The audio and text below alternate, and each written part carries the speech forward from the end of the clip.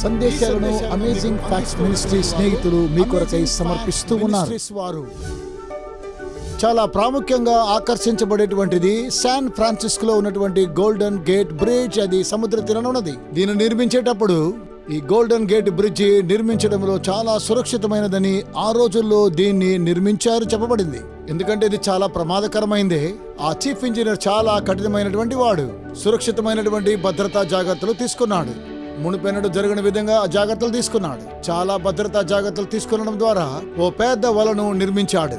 ఈ చివరి నుండి ఆ చివరి వరకు నిర్మించాడు. సముద్రానికి అలాగే బ్రిడ్జికి క్రింద నిర్మాణం చేస్తున్న సమయంలో ఈ వల ఉండడం ద్వారా 19 మంది ప్రజల ప్రాణాలను కాపాడగలిగింది. నరకానికి దగ్గరలో ఉన్న వారిని కాపాడగలిగింది. ఈ వలను నిర్మాణం చేసేటువంటి ప్రజలందరూ కూడా ఎంతో ధైర్యంగా పనిచేసేటువంటి వారు. వారు పడిపోతే ఏ విధంగా వారిని కాపాడగలగాలో మెకానిజాన్ని కూడా తెలిసిన వారు. స్నేహితులారా, క్రైస్తవులుగా మనము యేసుక్రీస్తు ఏకీభవిస్తూ ఉంటాం. ఒక బ్రిడ్జి నిర్మాణం చేస్తున్న పరలోకానికి భూలోకానికి మధ్య ప్రయాణంలో అనేకమైన ప్రమాదాలు ఉండవచ్చును. అయితే యేసయ్య కాపాడతానని వాగ్దానం చేశాడు. కనుక మనము భయపడనవసరం లేదు. ఇప్పుడు నాతో ఏకీభవించండి. బైబిల్లోని సత్యాలను వాస్తవాలను తెలుసుకుందామా?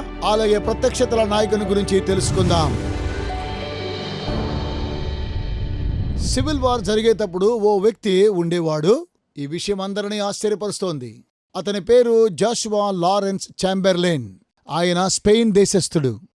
ఆయన ఒక స్కూల్ టీచర్, ఇంగ్లీష్ మేజర్గా అనేక భాషలను ఎరిగినటువంటి వాడు. అతడు ఎన్నో పుస్తకాలు కూడా చదివాడు. బానిసత్వాన్ని గురించి ఎక్కువగా తెలుసుకున్నటువంటి వ్యక్తి. చివరగా సివిల్ వారు ముగించిన తరువాత వీరి యొక్క కుటుంబం చాలా దేవునిందుల భయభక్తి కలిగిన కుటుంబము. సహజంగానే మౌనం పాటించేవాడు. ఆ జరిగిన విషయాన్ని ఆలోచించి మనం ఈ విధంగా ప్రాణాలు అర్పించవలసిందేనా? యుద్ధంలో చేరాడు. తనకున్నటువంటి విద్య ద్వారా తనకి పదోన్నతినిచ్చారు. అతడు అర్థం చేసుకున్నదేమనగా గెట్స్బర్గ్ అనే యుద్ధంలో చేరాలని. అతని క్రింద ఉన్నటువంటి యోధులు చాలా విచారంతో ఉన్నారు. ఈ వ్యక్తి ఎప్పుడు పుస్తకాలు చదువుకునేటువంటి వాడు. ఇతడికి ఏమి కూడా తెలియదు కదా. ఇతడు చూస్తే చాలా మర్యాదస్తుడు, స్పష్టమైన వాడు. ఇతడు యుద్ధంలో ఏం చేయగలడు? యుద్ధంలో కల్లా చాలా పెద్ద యుద్ధము, రక్తపాతం కలిగినటువంటి యుద్ధం, అదే గెటిస్బర్గ్ అనే యుద్ధం. 50,000 మంది సైనికులు యుద్ధంలో ఒకే రోజు మరణించారు. రక్తపాతంతో కూడిన యుద్ధము అమెరికా దేశంలో. అనేక యుద్ధాల కంటే దక్షిణ ప్రాంతంలో ఉన్నటువంటి వారు ఈ కొండను అధిగమించాలనుకున్నారు. ఆ చుట్టూ ప్రాకారం వేశాడు ఉత్తరం వైపున. మరియు చాంబెర్లైన్ ఏ విధము చేతనను సరే దీనిని అధిగమించి జయించాలని అనుకున్నాడు. ఇలా 3 రోజుల యుద్ధం కొనసాగింది. దక్షిణం వైపుగా ఉన్నటువంటి వారు సైన్యాన్ని పంపిస్తున్నారు. వెనుక నుండి సైనికులందరినీ కూడా పంపిస్తూ ఉన్నారు. ఎందుకంటే శత్రువులను ఓడించాలని. వారు ఎంతో యుద్ధం చేశారు. వారు మేనే వరకు తరిమికొట్టి మందుగుండు అయిపోయేంత వరకు పోరాడారు. చివరగా వారితో అన్నారు, మీ బాకులను గుచ్చుకోండి, మీరు సిద్ధంగా ఉండండనియు వారి యొక్క మనుషులతో ఆయన తెలియజేశాడు. వారి బాకులను వెనకగా గుచ్చమన్నాడు. ఇది చాలా భయంకరమైనటువంటిది. దక్షిణముగా ఉండేటువంటి వారు ఇది చూసి వారు భయపడి పారిపోయారు. వారి యొద్ద బుల్లెట్స్ అయిపోయినని వారు ఎరుగరు. అప్పుడు వారేమన్నారంటే, ఇతడు గొర్రెపిల్ల కాదు గాని సింహమయ్యున్నాడని అన్నారు. వారు చుట్టూ ఉన్నటువంటి ప్రాంతము, వారి సైన్యము ఎక్కడ ఉన్నదో అదే స్థలంలో. మీకు తెలుసా, ప్రభువైన యేసుక్రీస్తు వారు సింహం వలె రాబోతూ ఉన్నాడు. మొదటగా ఆయన వచ్చినప్పుడు గొర్రెపిల్లగా వచ్చాడు. అయితే ఆయనే బైబిల్కంతా కేంద్ర బిందువయ్యున్నాడు. ప్రకటన గ్రంథములోని కథానాయకుడు 2వ భాగాన్ని సమర్పిస్తూ ఉన్నాం. ప్రవచనాల పొందికను గురించి మనము మాట్లాడుతున్నాం. నేను మీకు చెప్పాల్సిన భాగం ఎంతో ఉన్నది. ఒకవేళ మీ యొద్ద పెన్సిల్ గాని పెన్నుంటే మేము మీకు నోట్స్ ఇస్తాము. కొన్ని ప్రాముఖ్యమైన ప్రవచనాలు చూద్దాం. ప్రకటన గ్రంథములో, అలాగే దానియేలు గ్రంథంలో, బైబిల్ గ్రంథం అంతటిలో కూడా మనకు తెలియచేస్తూ ఉన్నది యేసు ఎవరని. కనుక మనకు తెలుసును ఆయన కేంద్ర బిందువయ్యున్నాడని. దానియేలు గ్రంథము 9వ అధ్యాయాన్ని చూస్తే దానియేలు ప్రార్థిస్తున్నాడు. దేవుని ప్రజలు బబులోను చెరలో ఉన్నారు. అతడు 70 సంవత్సరాలని తెలియచేశాడు. దానియేలు ప్రవక్త అయిన ఇర్మియా గ్రంథ ప్రవచనం చదువుతున్నాడు. 70 సంవత్సరాల తరువాత దానియేలు ప్రవక్తల గ్రంథాలు కూడా చదువుతున్నాడు. అతడు ప్రార్థన చేస్తున్నట్టు, ప్రభువా 70 సంవత్సరాలు ఎంతకాలం మీ ప్రజలు శ్రమపడాలి? ఎప్పుడు మెస్సియా రాబోతూ ఉన్నాడు. దానియేలు ప్రార్థన చేస్తుండగా దేవదూత అయిన గబ్రియేలు వచ్చాడు. అతడు ఓ ప్రత్యక్షమైన దేవదూత. మరి ప్రత్యక్షమైనటువంటి 500 సంవత్సరాల తరువాత అతడు ఈ ప్రవచనాన్ని మనకు తెలియజేస్తున్నాడు. తిరుగుబాటును మార్పుటకును, పాపమును నివారణ చేయుటకును, దోషము నిమిత్తము ప్రాయశ్చిత్తము చేయుటకును, యుగాంతం వరకు ఉండినట్టి నీతిని బయలుపరచుటకును, దర్శనమును ప్రవచనమును ముద్రించుటకును, అతి పరిశుద్ధ స్థలమును అభిషేకించుటకును, నీ జనమునకును పరిశుద్ధ పట్టణమునకును 70 వారములు విధింపబడును. దానియేలు 9:24లో. ఇది చాలా స్పష్టమైనటువంటి ప్రవచనము. అధిపతి అభిషేకించబడడం 70 వారములు. కనుక ఈ 70 వారములకు అర్థము ఏంటి? బైబిల్ గ్రంథం తెలియజేస్తున్నది ఒక దినము 1000 సంవత్సరములకు సమానమని. దీని గురించి మనం తెలుసుకొనుచున్నాం. ఈ విషయాన్ని మనము తెలుసుకోవడానికి ముందుగా దానియేలు గ్రంథము 9వ అధ్యాయం 25వ వచనంలో ఈ ప్రవచనాన్ని మనము చూస్తూ ఉన్నాము. యెరూషలేమును మరలా కట్టించవచ్చునని ఆజ్ఞ బయలుదేరిన సమయమున మొదలుకొని అభిషిక్తులకు అధిపతి వచ్చే వరకు 7 వారములు పట్టునని స్పష్టముగా గ్రహించుము. పారసీకపు దేశపు రాజొచ్చాడు. అతని పేరు అహస్వరస్సు. ఈ విషయాన్ని మీ బైబిల్ గ్రంథంలో ఎజ్రా 7వ అధ్యాయంలో చూడగలము. వారు తిరిగి వెళ్లి ఆ కార్యక్రమాన్ని ప్రారంభించారు. ఆ పట్టణం తిరిగి కట్టడానికి, ఆలయం తిరిగి నిర్మాణం చేయడానికి బైబిల్ గ్రంథంలో ఈ 70 వారములకు ఉన్న ప్రవచనం. యెరూషలేమును మరలా కట్టించవచ్చునని ఆజ్ఞ బయలుదేరిన సమయం మొదలుకొని అభిషిక్తుడగు అధిపతి వచ్చే వరకు 7 వారములు పట్టునని స్పష్టంగా గ్రహించుము. దానియేలు 9:25. 62 వారములు, ఆ తరువాత చివరి వారం. సరేనా? కనుక 7 వారములలో ఆ పట్టణంలో ఉన్నటువంటి నగర్లను అలాగే పురములను కట్టడానికి పూనుకున్నారు. ఇంకా 62 వారాలున్నాయి. అధిపతి అభిషేకించబడాలి. ఆ తర్వాత చివరి వారము నిబంధనను నిర్ధారణ చేయాలి ప్రజలతో. అయితే ఆ చివరి వారములో ఆయన తన్ను తాను బలిగా అర్పించుకోవాలి అనే విషయాలు తెలియజేశాను మీకు. ఇందులో చాలా విషయాలున్నాయి. ఇవి మీ మనస్సులో ఉంచుకోండి. మొదటగా మీరు బైబిల్ గ్రంథాన్ని చూస్తున్నప్పుడు ప్రవచనము ఈ విధంగా తెలియజేస్తుంది. అందులో ముందుగా పాటించవలసిన నియమాలు. ఇక్కడ సంవత్సరానికి దినముగా ఎంచుకోవాలి. సంవత్సరం ఒకటింటికి ఒక దినము చొప్పున నేను నిర్ణయించి ఉన్నాను. ఎహెజ్కేలు గ్రంథము 4:6 చూడండి. సంఖ్యాకాండం 14:34, అలాగే లూకా సువార్త 13:32 ఇక్కడ ఆజ్ఞలిచ్చారు. క్రీస్తుపూర్వము 457వ సంవత్సరంలో దీన్ని మనం ఎజ్రా పుస్తకంలో చూస్తున్నాము. 70 వారములు మెస్సియాను గురించినటువంటి ప్రవచనాలు, శాసనము. క్రీస్తుపూర్వము 457వ సంవత్సరము. అలాగే బాప్తిస్మము క్రీస్తు శకము 27వ సంవత్సరము. దేవుడు తన ప్రజలతో నిబంధన నిర్ధారించాడు. చివరి 7 సంవత్సరాలు. ఈ 7 సంవత్సరాల వ్యవధి కాలంలో ఆయన తన్ను తాను సమర్పించుకున్నాడు. వారలా చేశారు.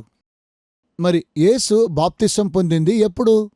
యోహాను సువార్త 1వ అధ్యాయం 29వ వచనంలో యోహాను వద్దకు వచ్చినప్పుడు, మరునాడు యోహాను యేసు తన యొద్దకు రాగా చూసి, ఇదిగో లోకపాపమును మోసుకొని పోవు దేవుని గొర్రెపిల్ల. యోహాను సువార్త 1వ అధ్యాయం 29వ వచనం. లూకా సువార్తలో మనము చూసినట్లయితే తాను ప్రసంగిస్తూ ప్రభువైన యేసు బాప్తిస్తానికి వచ్చినప్పుడు ఆ దినాల్లో పొంతి పిలాతు పదవిలో ఉన్నాడు. అలాగే కైసరు ఉన్నాడు. అలాగుననే హేరోదు కూడా ఉన్నాడు. ఒకే ఒక సంవత్సరము చరిత్రలో వీరు ముగ్గురు కలిసి ఏలడం. వీరి పరిపాలన ముగించిన తరువాత అది క్రీస్తకము 27వ సంవత్సరము. ఈ 27వ శతాబ్దము దీన్ని చూసినట్లయితే 483 సంవత్సరాల తరువాత రాజైన అహస్వరేసు 457 సంవత్సరాలు ఏలాడు. ఆ దినాల్లోనే మెస్సియా బాప్తిస్తాన్ని పొందుకున్నాడు. ఏం జరిగింది బాప్తిస్తం తీసుకున్నప్పుడు? అపోస్తలుల కార్యం 10వ అధ్యాయం 38వ వచనం. అదేదనగా దేవుడు నజరేయుడైన యేసును పరిశుద్ధాత్మతోనూ శక్తితోనూ అభిషేకించెననున్నదియే. దేవుడు ఆయనకు తోడయ్యుండును గనుక ఆయన మేలు చేయుచు అపవాది చేత పీడించబడిన వారినందరినీ స్వస్థపరచుచు సంచరించుచుండెను. ఎందుకనగా దేవుడు అతనికి తోడయ్యున్నాడు. ప్రభువైన యేసు పరిశుద్ధాత్మతో అభిషేకించబడిన తరువాత సాక్షాత్తుగా 483 సంవత్సరాలు ఇంకా మరో వారం ఉన్నది. 490 రావడానికి రైట్. నేనిప్పుడు మాట్లాడబోతున్నాను యేసుక్రీస్తు సేవలో జరిగిందేంటి మనం తెలుసుకోబోతున్నాము. ప్రవచించాడు దానియేలు. నాతో ఏకీభవిస్తున్నారా? తిరిగి చూద్దాం. అదేమనగా నిబంధనను నిర్ధారణ చేస్తున్నాడు. ఈ వారంలో ఆయన ఏం చేస్తాడు అన్న విషయాన్ని చూద్దాం. యేసుక్రీస్తు సేవను మనం చూసినట్లయితే అవన్నీ కూడా ప్రవచనానుసారమైనటువంటివి. ప్రవచనాల వెంబడి ప్రవచనాలు మీకు తెలియజేస్తూ ఉన్నాను.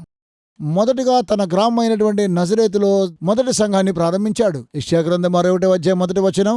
ప్రభువు యెహోవా ఆత్మ నా మీదికి వచ్చి ఉన్నది, దీనులకు సువర్తమానం ప్రకటించుటకు యెహోవా నన్ను అభిషేకించెను, నలిగిన హృదయం గల వారిని దృఢపరచుటకును.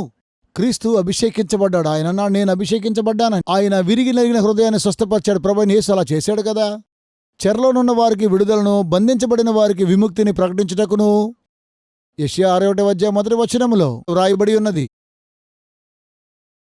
బంధించబడిన వారికి విడుదల దయచేయడము ప్రభువు యెహోవా హితవత్సరము. ప్రజలొచ్చారు. ప్రభువైన యేసు ప్రసంగిస్తూ ఉండగా ఆయనను బంధించడానికి మనుష్యులను పంపించినప్పుడు బంధించడానికి వచ్చిన మనుషులు ఆయన మాటలను చూసి ఆ మనుష్యుడు మాట్లాడినట్లు ఎవడనూ ఎన్నడనూ మాట్లాడలేదు. యోహాను సువార్త 7వ అధ్యాయం 46వ వచనంలో ఈ విషయాన్ని మీకు తెలియజేయాలనుకుంటున్నాను. నేను ఎదుగుచూ ఉన్నప్పుడు యేసును విశ్వసించాను. మా గృహంలో మా అమ్మగారు యేసుని గురించి మంచి విషయాలు తెలియజేశారు. ఆయన యూదుల సంతతిలో నుండి వచ్చారని తెలియజేశారు. మేమనుకున్నాం క్రైస్తవులుగా ఉంటే బాధపడాలని. నాతో కూడా ఉన్న యూదులన్నారు ఆయన మంచివాడు, మంచి బోధకుడని తెలియజేశారు. నేను మా తాతగారితో అడిగాను, మీరు గ్రహించారా ఆయనే మెస్సియా అని? ఇది నిజమేనా? వారు అబ్బో అబ్బో అబ్బో అబ్బో అన్నారు. వారన్నారు ఆయన మంచివాడే, అలాగే ఆయన ప్రవక్త కూడాను. మంచిదండి, ఆయన దేవుని కుమారుడన్నారు. ఆయన ఏకైక కుమారుడు, ఆయనే ద్వారమై ఉన్నాడని చెప్పారు. వారు జాగ్రత్తగానే సమాధానమిచ్చారు. నేనైతే ప్రభువైన యేసుకు విరుద్ధంగానే ఉన్నాను. అయితే చివరగా బైబిల్ చదవడం ప్రారంభించాను. క్రైస్తవులతో వాదించేవాణ్ణి. చదివిన వాక్యం ఇలా తెలియజేస్తూ ఉన్నది, మీలో పాపము లేనివాడు ఒక రాయి విసిరాలని యేసు చెప్పినప్పుడు నేను అయ్యో అన్నాను. యేసు ఇలా అన్నారా? మరొకసారి చూసి అయ్యో యేసు అలా చెప్పారా? 2 మైలు వెళదామనుకున్నాను.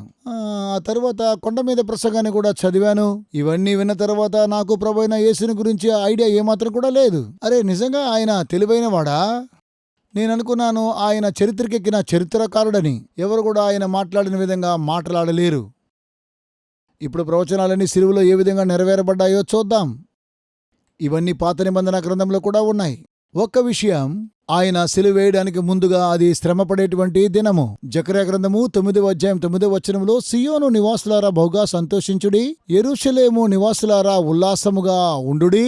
నీ రాజు నీతిపరుడును, ఆయన రక్షణ గలవాడును, దీనుడునై గాడిద పిల్లను ఎక్కి నీ యొద్దకు వస్తూ ఉన్నాడు. క్రొత్త నిబంధనలో మనము చూసినట్లయితే ప్రభువైన యేసుక్రీస్తు వారు సువర్ణ ద్వారం గుండా వెళ్లడం మనం చూస్తున్నాం. గాడిద మీద ఎక్కి వస్తున్నాడు. ముందుగా చెప్పబడిన రీతిగా ప్రజలందరూ కూడా సంతోషిస్తూ ఉన్నారు. ఆశ్చర్యరీతిగా ఈ విషయాలన్నీ చూస్తూ ఉన్నాం. ఇప్పుడు మీరు యెరూషలేమునకు వెళ్ళినట్లయితే అక్కడ సువర్ణ ద్వారము చూడగలము. అంత మాత్రమే కాదు గాని అవన్నీ రాళ్లతో కట్టబడ్డాయి.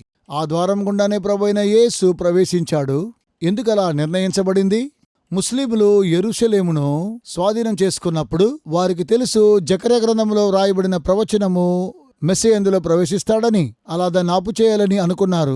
సొలొమోను జ్ఞానవంతుడు గనుకనే అతడు చాలా చక్కగా దాన్ని నిర్మించాడు. దాని ముందు కొన్ని సమాధులు నిర్మించాడు. ఆ భూమిని అసభ్యపరిచి యూదుల రాజైన మెస్సియా రాకూడదని ఆపు చేయడం కోసమై 700 సంవత్సరాలు ఆపు చేశాడు. స్నేహితులారా, ఎక్కడికి వెళ్ళకండి. ఇంకా ఒక్క క్షణంలో నేటి ప్రదర్శనలోనికి తిరిగి మనము కలుసుకోబోతూ ఉన్నాం. ఇది వాస్తవం. క్రైస్తవ జీవితము ఎప్పుడూ స్థిరంగా ఉండదు. కొన్నిసార్లు ముందుకు కొనసాగుతాం, లేదా కొన్నిసార్లు వెనక్కొచ్చేస్తాం. మీరు క్రైస్తవ విశ్వాసాన్ని చూసి ఆశ్చర్యపోతున్నారా? ఏ విధంగా దేవునికి చాలా దగ్గరగా ఉండాలని కోరుతున్నారు? ఒకవేళ మీరు చాలా సంవత్సరాలుగా విశ్వాసులుగా ఉండవచ్చును. ఆయనతో నడవడంలో మీరు చాలా వెనుకబడి ఉండవచ్చును. మీరు ఆశ్చర్యపడేటట్లుగా మీరింకా ముందుకు కొనసాగాలి అనుకున్నట్లయితే క్రైస్తవ మార్గంలో మీరు ముందుకు నడవాలి. అమేజింగ్ ఫ్యాక్ట్స్ అనేటువంటి సత్యాలను మీ చేతిలో ఉంచాలనుకుంటున్న వ్యత్యాసంగా మిమ్మల్ని మార్చడం కోసమై మీకు మంచి పుస్తకాన్ని పంపిస్తాము. దాని పేరేమనగా క్రీస్తు యొద్దకు మెట్లు. ఈ 13 శక్తివంతమైన అధ్యాయములు మిమ్మును దేవుని యొద్దకు నడిపిస్తూ ఉన్నాయి. క్రైస్తవ జీవితంలో భయంకరంగా ఉన్న సమయంలో ప్రతిసారి ఈ పుస్తకాన్ని నేను చదువుతున్నప్పుడు దేవుని యొద్దకు చక్కగా నడిపిస్తూ ఉన్నది. వెనకాడకండి. ఈ రోజే ఫోన్ చేసి మీ ఉచిత కాపీని పొందాలని కోరుతున్నాను. ఆ తర్వాత మాకు వందనాలు చెప్పండి. మీ ఉచిత కాపీ పొందడం కోసం ఈ తెరపై ఉన్నటువంటి నెంబర్ను సంప్రదించండి. ఆఫర్ నెంబర్ 469 సంప్రదించండి, లేదా వెబ్సైట్ సంప్రదించండి. ఈ నమ్మశక్యము కాని వనరులను మీ స్నేహితులకు కూడా పరిచయం చేయండి. ఆ తరువాత ఈ రోజు ప్రదర్శనకి వద్దాం. ఆశ్చర్యమైన సంగతులు మనం నేర్చుకుందాం దేవుని యొక్క వాక్యం ద్వారా. ఆయనను అప్పగించడమా? ప్రభువైన యేసుని గురించి ఇవన్నీ నిజమే కదా? కీర్తన గ్రంథాన్ని చదివినట్లయితే క్రీస్తు జన్మించడానికి 1000 సంవత్సరాలకు ముందు రాజైన దావీదు రాస్తున్నాడు, నేను నమ్ముకొనిన నా విహితుడు నా ఇంట భోజనము చేసినవాడు నన్ను తనుటకై తన మడిమెనెత్తెను. వారు భోజనము చేసిన వెంటనే యూదా బయటికి వెళ్లి యేసును అప్పగించాడు. మరలా మీరు జకర్యా గ్రంథాన్ని చూసినట్లయితే 11వ అధ్యాయం 12వ వచనం, యూదా వారితో, మీకు అనుకూలమైన ఎడల నా కూలి నాకియుడి, లేని ఎడల మానివేయుడి. నేను వారితనగా నా కూలికై 30 తులములు వెండి తూచి ఇచ్చిరి. ఎంతకు ప్రభువైన యేసు నమ్మారు? 30 వెండి నాణెములకు. అలా చెబుతూ వెళుతూ ఉండగా యెహోవా ఎంతో అబ్బురముగా వారు నాకేర్పర్చిన క్రయధనమును కుమ్మరికి పారవేయమని నాకు ఆజ్ఞ ఇయ్యగా నేను ఆ 30 తులముల వెండిని తీసుకుని యెహోవా మందిరంలో కుమ్మరికి పారవేసి తిని. యూదా ఇస్కరియోతు ధనం తీసుకున్న తర్వాత ఏం చేశాడు? అతడు యెహోవా మందిరంలోనికి వెళ్లి 30 వెండిని విసిరేసి ఆ ధనంతో ఏం చేయాలో తెలియక అది రక్తప్రాద ధనం. వారు వెళ్లి కుమ్మరివాని పొలాన్ని కొనుక్కున్నట్లుగా మనం చూస్తున్నాం. ఎంత క్షుణ్ణంగా పరిశీలనగా తెలియజేశారు 100 సంవత్సరాల క్రితం. అంతకంటే క్రీస్తుపూర్వం 1000 సంవత్సరాల ముందుగా ఇవెన్నో సంవత్సరాల క్రితం రాయబడ్డాయి. ఇప్పుడు యేసుక్రీస్తు యొక్క శ్రమలను చూద్దాం. ఆయన మరణించిన విధానము ఏంటి? కొంతమంది ఈ ప్రవచనాలు చూస్తే ఆయన శిలువను గురించి చూడగలము. కీర్తన 22లో చూసినట్లయితే 22వ కీర్తన మొదటి వచనం ఏంటో తెలుసా? నా దేవా నా దేవా నన్నేలా విడనాడితివి. ఆ శబ్దము చాలా గొప్పది. యేసు శిలువలో ఇలా చెప్పడం ద్వారా ఆయన ఏమైనా నిరుత్సాహపడిపోయాడా? అలా కాదు. యేసు చెప్పిందేమనగా ఆ తరువాత ఈ కీర్తనలో మరో విషయాన్ని మనము చూడగలము. 22వ కీర్తన 16వ వచనాన్ని చూద్దాం. కుక్కలు నన్ను చుట్టుకొనియున్నవి, దుర్మార్గులు గుంపు కూడి నన్ను ఆవరించియున్నారు. వారు నా చేతులను పాదములను పొడిచియున్నారు. ఇది సిలువను గురించిన ప్రవచనం. అదే కీర్తన గ్రంథంలో అది మెస్సియాను గురించినటువంటి ప్రవచనము. నా దేవా నా దేవా నన్నెందుకు చేయి విడిచితివని. క్రీస్తు అధైర్యపడలేదు. కీర్తనలో ఉన్న ప్రవచనం నెరవేర్చాడు. సాక్షాత్తు అలాగే జరిగింది. ఆ దినము ఆయన సిలువలో వేలాడినప్పుడు నా వస్త్రములు వారు పంచుకొనుచున్నారు, నా అంగీ కొరకు చీట్లు వేయుచున్నారు. ఎంతటి చక్కటి వివరణ! మీలో క్రొత్త నిబంధనలో కూడా ఈ విషయాన్ని చూడగలరు. మార్కు 15:24లో ఆయన సిలువలో ఉన్నప్పుడు వారాయనను సిలువ వేసి ఆయన వస్త్రములో భాగము ఎవనికి రావలనో చీట్లు వేసి వాటిని పంచుకొనిరి. సిలువకు ముందు వారు జోదమాడుతూ ఉన్నారు. వారు ప్రభువునొద్దకు వచ్చినప్పుడు ఆయన ఎముకలలో ఒకటి కూడా విరవబడదని కీర్తన గ్రంథం 22లో చూడగలము. వారు యేసునొద్దకు వచ్చి అంతకు ముందే ఆయన మృతి పొంది యుండుట చూసి ఆయన కాళ్ళు విరగొట్టలేదు. కాని సైనికులలో ఒకడు ఈటతో ఆయన ప్రక్కను పొడిచెను. వెంటనే రక్తము నీళ్లు కారెను. యోహాను సువార్త 19:33-34లో ఒక సైనికుడు పొడిచినప్పుడు రక్తము నీళ్లు ప్రవహించాయి. యేసుని గురించిన ప్రవచనం మెస్సియా పొడవబడాలని రక్తము నీరు స్రవించాయి. వారాయన ఎముకలను విరగొట్టలేదు.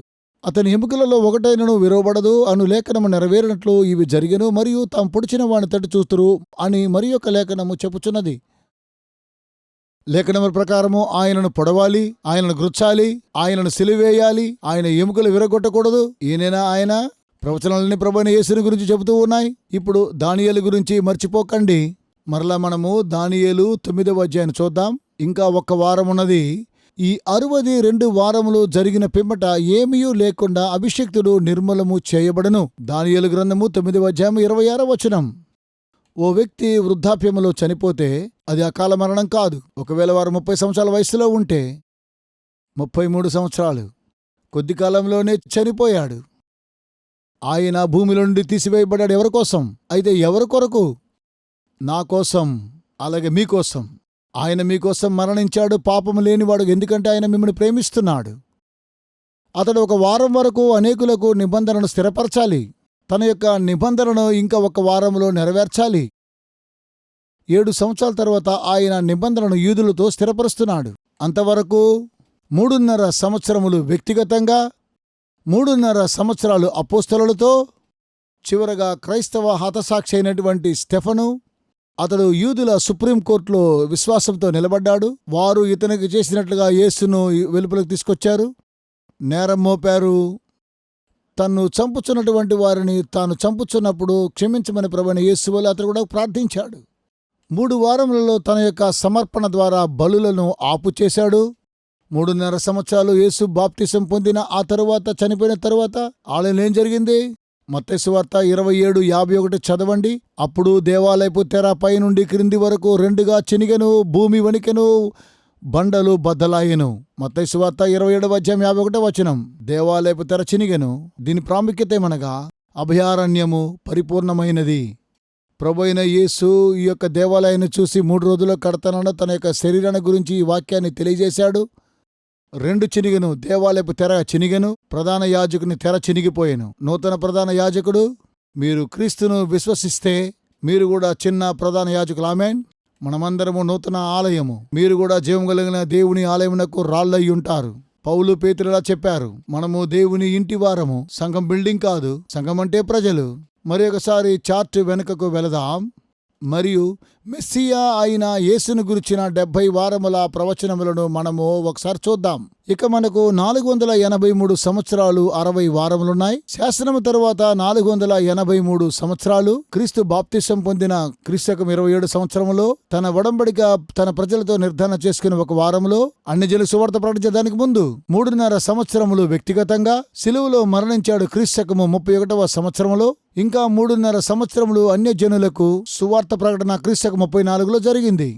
హెబ్రీయులకు రాసిన పత్రిక 2వ అధ్యాయము 3వ వచనం వాక్యము తెలియజేస్తుంది, మనము ఎలా తప్పించుకోగలము, ఇంత గొప్ప రక్షణను మనము నిర్లక్ష్యము చేసిన ఎడల ఎలాగూ తప్పించుకుందుము. అట్టి రక్షణ ప్రభువు బోధించుట చేత ఆరంభమైంది. 27 సంవత్సరం ఆయన బాప్తిసం పొంది ప్రసంగించిన పిదప ఆ 3.5 సంవత్సరాలు ఆయనను చంపేంత వరకు ఇంత గొప్ప రక్షణను మనం నిర్లక్ష్యము చేసిన ఎడల ఎలాగున తప్పించుకోగలము.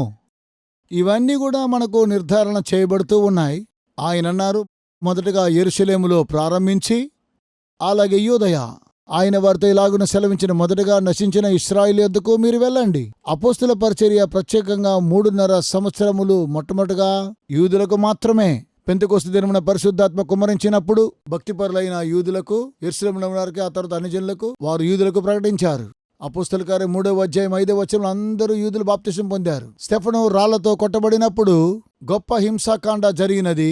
ఆ తరువాత సువార్త వ్యాపించింది. ఆ తరువాత పౌలు అతడు మారు మనసు పొంది యేసుని వెంబడిస్తూ మరో అధ్యాయం చూస్తే, ఆ తరువాత పేతురు కొర్నేలి ఇంట యూదులకు ప్రకటించాడు. అశుభ్రమైనటువంటి వారు చివరిగా సువార్త అందరికీ వ్యాపించింది.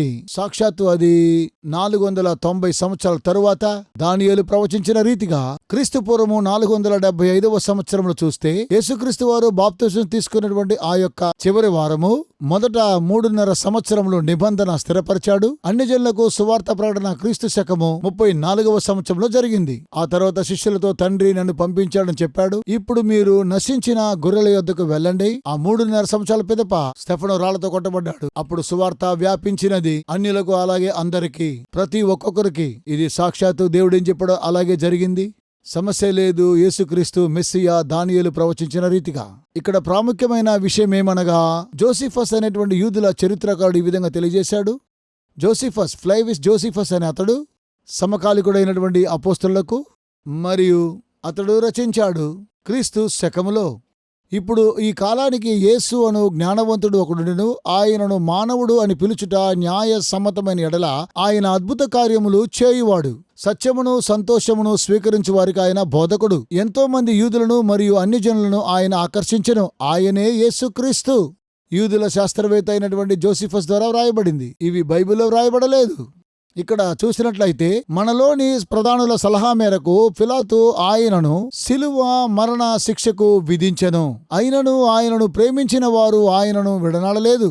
ఏలయనగా ఆయన వారికి 3వ దినమున తిరిగి అగుపడెను. స్నేహితులారా, ఇది ఒక బైబిల్ మాత్రమే కాదు, ఇది ఒక చరిత్ర. యూదుల చరిత్రకారుడు కూడా తెలియజేస్తూ ఉన్నాడు ఆయనే మెస్సియా అని, ఆయన మరణాన్ని గెలిచి తిరిగి లేచాడని. దీనిని గూర్చి మరియు ఆయనను గూర్చి 10,000కు పైగా ఇతర అద్భుతమైన విషయములను దివ్య ప్రవక్తలు ముందుగానే ప్రవచించిరి. ఆయన నుండి పేరు పెట్టబడిన క్రైస్తవులు నేటికిని అంతరించిపోలేదు. మనము చూడవలసిందేమనగా, ప్రవచనాలు ఆయన జన్మను గురించి తెలియజేశాయి. ఆయన పుట్టుక కాలము, కన్యక గర్భమందు జన్మించుట, ఆయన జన్మస్థలము, ఆయన బాప్తిసం పొందిన కాలము, ఆయన పరిచర్య విధానము, ఆయనను అప్పగించినప్పుడు సంఘటనలు, ఆయనను సిలువేసిన విధము, ఇవన్నీ కూడా పాత నిబంధనలోనే. ప్రజలు, పాస్టర్ డాగ్, మాకు ప్రశ్న ఉంది, రాత్రి చెప్పగలరా? మీకెలా తెలుసు బైబిలు సత్యమని? ఎలాంటి సాక్ష్యాలు మీరు కలిగి ఉన్నారు? ఏ సాక్ష్యాలు మేము అంగీకరించాలి? ఈ పుస్తకము ప్రకృతికి అతీతంగా దాచబడింది. అన్ని ప్రవచనాలు నెరవేర్చబడుతున్నాయి. యేసు మాత్రమే అన్నిటికీ సాక్ష్యమై ఉన్నాడు. వీటన్నిటినీ క్రోడీకరించి చూసినట్లయితే ప్రభువైన యేసు బైబిల్ అంతా కూడా ఆయన గురించే మాట్లాడుతోంది. ఆమేన్. ఆయన ఎందుకు వచ్చెను? 3 ప్రాముఖ్యమైన అంశాలు చూడబోతున్నాం. మనకు మాదిరిగా ఆయన వచ్చాడు. యేసు చెప్పాడు, నేను మీకు చేసిన ప్రకారము మీరును చేయవలనని మీకు మాదిరిగా ఇలాగు చేసి తినను. యోహాను సువార్త 13వ అధ్యాయం 15వ వచనం. నేను జీవించుచున్నాను గనుక మీరు జీవించెదరు. క్రైస్తవుడంటే క్రీస్తుని వెంబడించేవాడు. ఆయన తండ్రిని చూపించడానికే వచ్చాడు. తండ్రిని మాకు కనపరచుమని ఎలా చెప్పుచున్నావు? నన్ను చూసిన వారు తండ్రిని చూశారు. తరువాత చివరిగా ఆయన అన్నారు, నేను వచ్చిన కారణం ఎందుకనగా మన కోసం, మీ స్థలములో ఆయన మన నిమిత్తముగా ఉన్నాడు. మన పాపముల కొరకై ఆయన మరణించాడు. ఎందుకనగా ఆయన మనల్ని ప్రేమిస్తున్నాడు. అయితే మనము చేయవలసినవి కొన్ని ఉన్నాయి. ఆయన చేసిన ఆ త్యాగబలిని మనము తీసుకోవాలి. మీకు తెలుసా, యేసు సిలువ వేయబడడానికి ముందుగా పిలాతు అతనితో ఏమన్నాడో తెలుసా? అందుకు పిలాతు, అలాగైతే క్రీస్తనబడిన యేసును ఏమి చేతునని వారిని అడుగగా, మత్తయి సువార్త 27:22లో ఆయన కేంద్ర బిందువు అయి ఉన్నాడు. మానవ చరిత్ర ఆయన జననంతో ప్రారంభమవుతుంది. మనము యేసుని కాదనలేము. దేవుడు చెప్పనశక్యము కాని వరమునిచ్చాడు మనము క్షమించబడ్డం కోసమై. ఇందులో కొన్ని ప్రాముఖ్యమైన అంశాలు నేను చదివాను. ఓ రైల్వే స్విచర్ అతడు పర్షియా అనే స్థలంలో ఉన్నాడు, ఐరోపా నందు. ఈ పరిస్థితిలో వారు ఆ బ్రిడ్జిని దాటుకుని వెళ్ళాలి. రైలు పట్టాలు నదిని దాటాలి. అక్కడ ఒక వంతెన ఉన్నది. ఎప్పుడైతే రైలు వస్తున్న సమయంలో అతడు విజిల్ ఊదాలి. అతడు జెండాను ఊపుచూ అన్నీ సరిగా ఉన్నాయని రైలు పోవడానికి సెలవివ్వాలి. ఒకరోజు అతడు తన ట్రైన్ కోసమై స్టేషన్లో ఉంటుండగా విజిల్ ఊదాడు, అన్నీ సరిగా ఉన్నాయని తెలియజేశాడు. ఒకరోజు అతడు తాను పనిచేసేటువంటి స్థలానికి 4 వయసులో ఉన్న తన కుమారుని తీసుకుని వచ్చాడు. తన కుమారుడు ఏదో కావాలని సంచరిస్తూ ఉండగా ట్రైన్ రావడం చూశాడు. శరవేగంతో వస్తున్న ట్రైన్ అతడు చూస్తూ ఉన్నాడు. అయితే రైలు పట్టాలపై కుమారుడున్నాడు. ఏం చెయ్యాలో తెలియలేదు. ఒకవేళ వంతెన నేను పైకి తీస్తే రైలు పడిపోతుంది, మనుషులు నదిలో పడి చనిపోతారు. నేను అలా చేస్తే రైలుని ఆపకపోతే నా కుమారుడు చనిపోతాడు. అతని కుమారుని చూసి కేకలు వేశాడు, అలాగే క్రింద ఉండు, అలాగే క్రింద ఉండు, పైకి లేవవద్దు. అయితే ఆ బాబుకి వినబడలేదు. రైలు వస్తూ ఉంది. మరలా చెప్పాడు, నీ వంగిపో. వంతెన దాటింది, రైలు బండి నదిని దాటింది. ఇతనికి అర్థం కాలేదు. ఇక్కడున్న అతను చూసి ప్రజలు చేతులూపుతూ ఉన్నారు. వారికేమీ అర్థం కాలేదు. ఎలాంటి నిర్ణయాన్ని అతడు తీసుకున్నాడు. రైలు వెళ్ళిన తరువాత తన బిడ్డను చూసుకోవడం కోసం అతడు పరిగెత్తుకుని వెళ్ళి చూసినప్పుడు కుమారుడు లోబడ్డాడు, జీవించగలిగాడు. ట్రైన్ అంతా కూడా వెళ్ళిపోయింది. మరుసటి దినము పర్షియా రాజు అతనికి బహుమానాన్ని ప్రకటించాడు. తన కుమారుని బలిగా అర్పించిన సిద్ధపడ్డ తండ్రికి ప్రజలందరి రక్షణ కోసం. తన కుమారుడు చనిపోలేదు.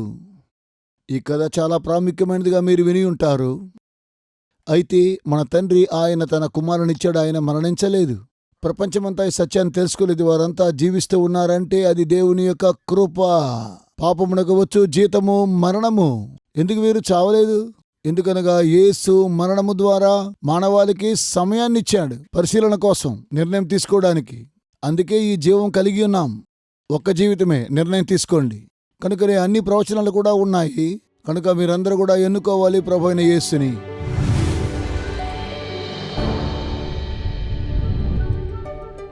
గత 50 సంవత్సరాలుగా అమేజింగ్ ఫ్యాక్ట్స్ వారు బైబిల్ సత్యాలను ప్రపంచవ్యాప్తంగా ప్రకటిస్తూ ఉన్నారు. యేసుక్రీస్తు వారు సెలవిచ్చిన మేరకు ప్రతి రాజ్యానికి సువార్త ప్రకటిస్తున్నాం. రాజులకు, ఆయా భాషలు మాట్లాడే వారికి, మీరు మా కోసం చేసే ప్రార్థనలకు, సహకారానికి వందనాలు తెలియజేస్తున్నాం.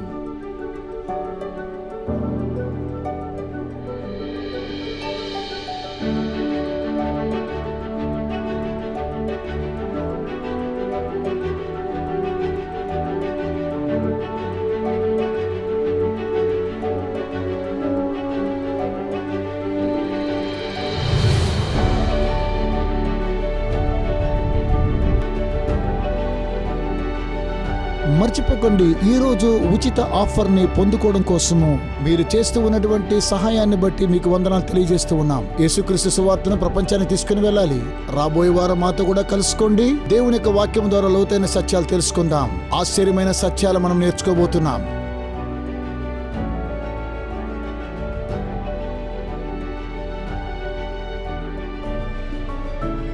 ఈ సందేశాలను అమేజింగ్ ఫ్యాక్ట్స్ మినిస్ట్రీ స్నేహితులు మీ కొరకై సమర్పిస్తూ ఉన్నారు.